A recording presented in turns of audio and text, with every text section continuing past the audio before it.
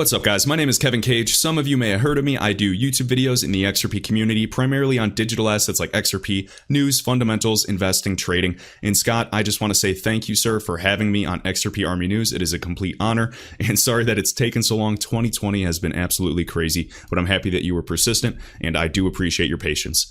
So I'll give you a little bit about my background, where I see the space going and why I'm so excited and why I think it is such a big deal that Scott is doing this and compiling these digital scrapbooks of all community members from all walks of life, all ages, all countries for that matter, and I'm just beyond excited. So I want to read a quote first to kick things off, and I think this will resonate with a lot of you guys.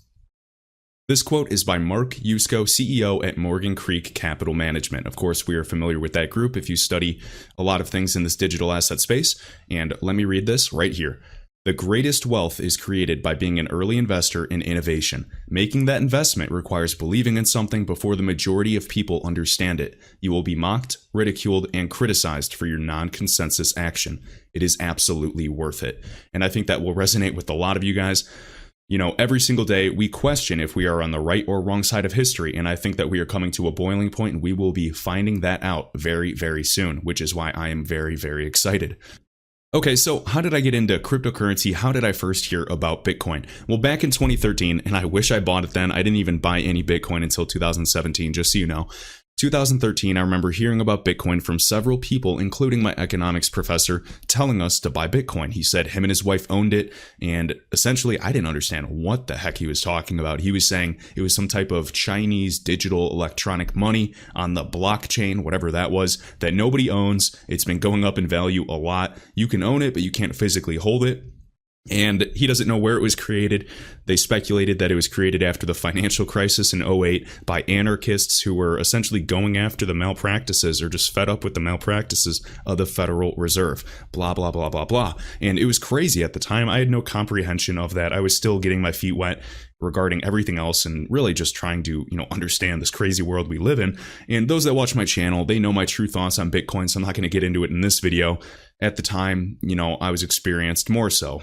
However experienced you can be in the world of penny stocks, foreign exchange markets, trading with Forex. I was familiar with terms in the jargon like leverage trading, shorting, risk-reward ratios, but I had no understanding of blockchain and DLT as a whole. And I don't really think a lot of people did in 2013. You can't be an expert in an emerging asset class or a new technology, so we're all learning. There's some people that are much more ahead, but at the same time, this is exciting and we are entering uncharted territory.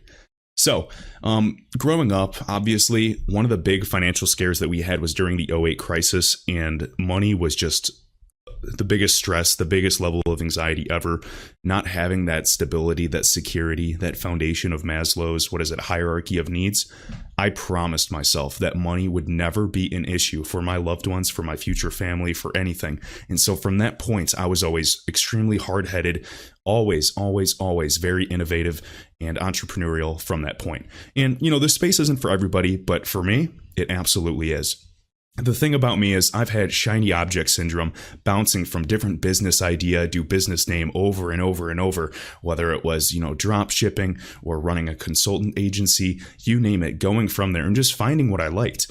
And to be honest, I've had success in certain things, but I never just went all in and focused on it. And I've had friends that have been very, very successful. And instead of me getting jealous or insecure and looking at other people's success like a spotlight on me where I didn't take action, I use this as motivation and inspiration and a kind of proof of concept to say, hey, if anyone can do it, I can. If they can do it, I can do it. And that's what I want for people to understand is don't be afraid to shine too bright. Don't be afraid to be your best version. If you're too bright, tell the people to throw on some sunglasses, because obviously we're all about just improving who we are. And one of my favorite quotes that I say in a lot of videos and share with the community is, we are all a work in progress trying to lead by example. Okay, so one book that really I feel set me up for success was titled, and you're going to roll your eyes, but it wasn't just the title about the book. It was called 4-Hour Workweek by Tim Ferriss. Now, it was not the concept of only working 4 hours a week and being lazy and doing whatever you want in life and living life on your own terms that was attractive. It was the actual mindset that was behind that book. The concept of the 80-20 principle, the concept of Pareto's law, putting in minimum input and getting out maximum output every single time. It changed how I viewed business. It changed how I viewed everything in life. And I think that book alone, along with other books like How to Win Friends and Influence People, acted as rubber bands or maybe slingshots that pulled me back and truly prepared me to catapult into this ecosystem. I went through a variety of things, shiny object syndrome, as I've said, hopping between all of this. And once I found crypto assets, I realized this was it. And I remember seeing XRP actually in March 2017. It might have been a little before because I was following some YouTube channels on investing, and they were doing XRP YouTube videos before it was cool. They were doing it when XRP was under a penny, and I remember this clearly. You could see it on certain exchanges, not all the ones like Coinbase that we've seen today. Binance wasn't even around. I mean, you'd have to check in like Poloniex.